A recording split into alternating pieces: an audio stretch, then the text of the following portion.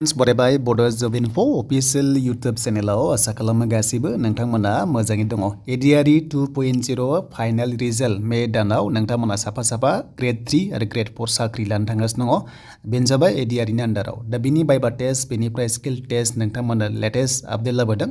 दा actually skill टेस्टनि सिलेबासखौ नोंथांमोना लाबोबाय A to Z नोंथांमोना जायफ्रा ग्रेड 3 साख्रि लानो थांगासिनो दङ।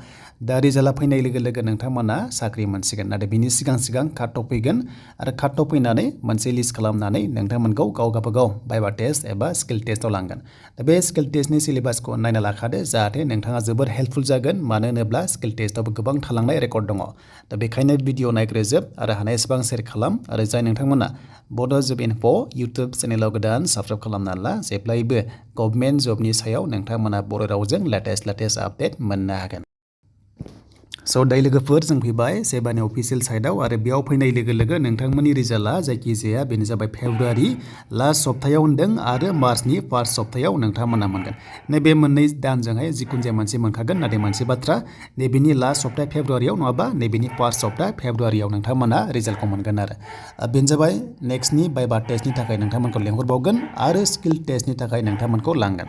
दा स्किल टेस्ट होनोबा नोंथांमोननि HS लेभेलनि केटेगरि दङ देन बेनिफ्राय डिग्री लेभेलनि नोंथांमोननि बावहाय नोंथांमोनखौ स्किल टेस्ट लागोन आरो बे स्किल टेस्टआव नोंथांमोननिया ओरैबायदि जागोन माखासे 45 मिनिट्स नोंथांमोना मोनगोन। अके टाइमा जाबाय 45 मिनिट्स नोंथांमोना मोनो एन्ड बेनिफ्राय 25 मार्क्सनि नोंथांमोनखौहाय स्किल टेस्ट लानाय जागोन आरो बे स्किल टेस्टआव गासै मोनथाम साबजेक्टनिफ्राय नोंथांमोनखौ लानाय जागोन। दा बेखौनो जों बाव नायगोन। स' दानिया जाबाय ग्रेड 4आव। स' ग्रेड 4आव नोंथांमोननिया ओरैबायदि स्किल टेस्टआ खालि बाइबा टेस्टल' दङ आरो बेयाव पास जाबाथाय नोंथांमोना डाइरेक्ट साख्रि मोनगोन। बेनो जाबाय आसाम स्टेटनि जायखिजाया अफिसाव। दा नोंथांमोननिया दा बेयाव 10 नङाबा 15 मार्क्स थानो हागौ आरो जेब्ला मोनसिगोन आपडेटखौ होगोन। एग्जामा गासै 135 मोन नालाय दा बिनि सायाव डिटेल्सखौ मोनथ'वाखै नाथाय जेब्ला फैयो चेनेलाव नोंथांमोना मोननो हागोन। दा नोंथांमोननि खामानिया जाबाय लकेलिटि नलेजआ थाथारनांगोन। नोंथांमोननि फेमास जायगा लकेल नोंथांमोननि माखासे नलेजआ बेखौ माने प्राइस सोंदों थांनाय बाराव बेखायनो फेमास जायगा दङबा नोंथांमोना गोसोआव लाबानो जाबाय जाहाथे सोंनाय लोगो लोगोनो खोन्थानो हायो आरो लोगोसे नोंथांमोननिया जायखिजाया नोंथांमोना अफिस लेभेलाव ग्रेड 4 साख्रि मोनगोन बेखौ मिथिखाबाय। देन बेनिफ्राय नोंथांमोननि सेलारिया 22 निफ्राय 24 जागोन फार्स्ट जइनिंआव आरो ग्रेड 3आव नोंथांमोननिया 27 निफ्राय 29 नि गेजेराव थायो फार्स्ट जइनिंआव ADRE साख्रियाव। थ' बेखौ जों मिथिबाय। स' दायो जों फैफिनबाय बेनो जाबाय ग्रेड 3 स्किल टेस्टनि सिलेबासआ मा दङ जों बेखौ नायनोसै। अफिसियेलि थांनाय बारनिखौ नोंथांमोना नायदो नै बेनो जाबाय बेनो फैखागोन नेक्स्ट लेभेलावबो। दा जायफ्रा HS लेभेलनि केटेगरि गोग्लैदों बेखौ नायबानो जाबाय नै आर्ट्स साइन्स दङ। स' नोंथांमोना मोनथाम साबजेक्ट दङ बेनो जाबाय नोंथांमोननि MS वर्ड दङ। अके स' नोंथांमोना माइक्रसफ्ट वर्डखौ रोंथारनांगोन। बेनिफ्राय सिलेबासखौ स्क्रिनशट खालामना ला एबा PDF फाइलखौ आं होबाय डिसक्रिपसननिफ्राय डाउनलड खालाम। MS एक्सेल दङ बेखौबो नोंथांमोना रोंनाय जाथारनांगोन। बेनिफ्रायबो नोंथांमोनखौ खालामनो होगोन स्किल टेस्टआव।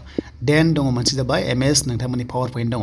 स' नोंथांमोना PPT खालामनो रोंनाय जानांगोन। स्किल टेस्टआव बेखौबो लादों थांनाय बाराव आरो देग्लायबो लागोन। देन फैबाय नोंथांमोननि गोबां माने गोरोबखायो गासैबो सेम दङ। अके स' गासैबो PPT दङ MS वर्ड दङ MS एक्सेल दङ बेखौनो सोंजोबगोन डिग्रियानो जा एबा HSआनो जा।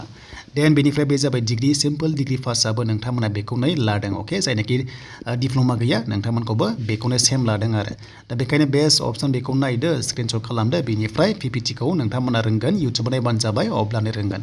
देन बेनिफ्राय डिग्रि उइथ डिप्ल'मा गोनां बा लेभेल साइन्स दङ नोंथांमोनाबो सेम सिलेबास दङ। अके देन बेनिफ्राय माखासे एसे माने चेन्ज दङ बेखौ नायदो आरो बे PDF फाइलखौ नोंथांमोना डाउनलड खालाम। बेस्ट अपसन नोंथांमोना PDF फाइलखौ डाउनलड खालामना ला अब्ला गासैबो डिटेल्सखौ नोंथांमोना लानानै माने सोलोंनो हागोन आरो दा बेनो PDF फाइलखौ आं होबाय नोंथांमोना चेक खालाम डिसक्रिपसननिफ्राय डाउनलड खालामनानै ला आरो रिजाल्टआ फेब्रुवारि लास्ट सप्ता आरो फार्स्टनि मार्चनि सप्तायाव नोंथांमोना मोनगोन। अके दा बेनो जाबाय नोंथांमोननि लेटेस्ट आपडेट।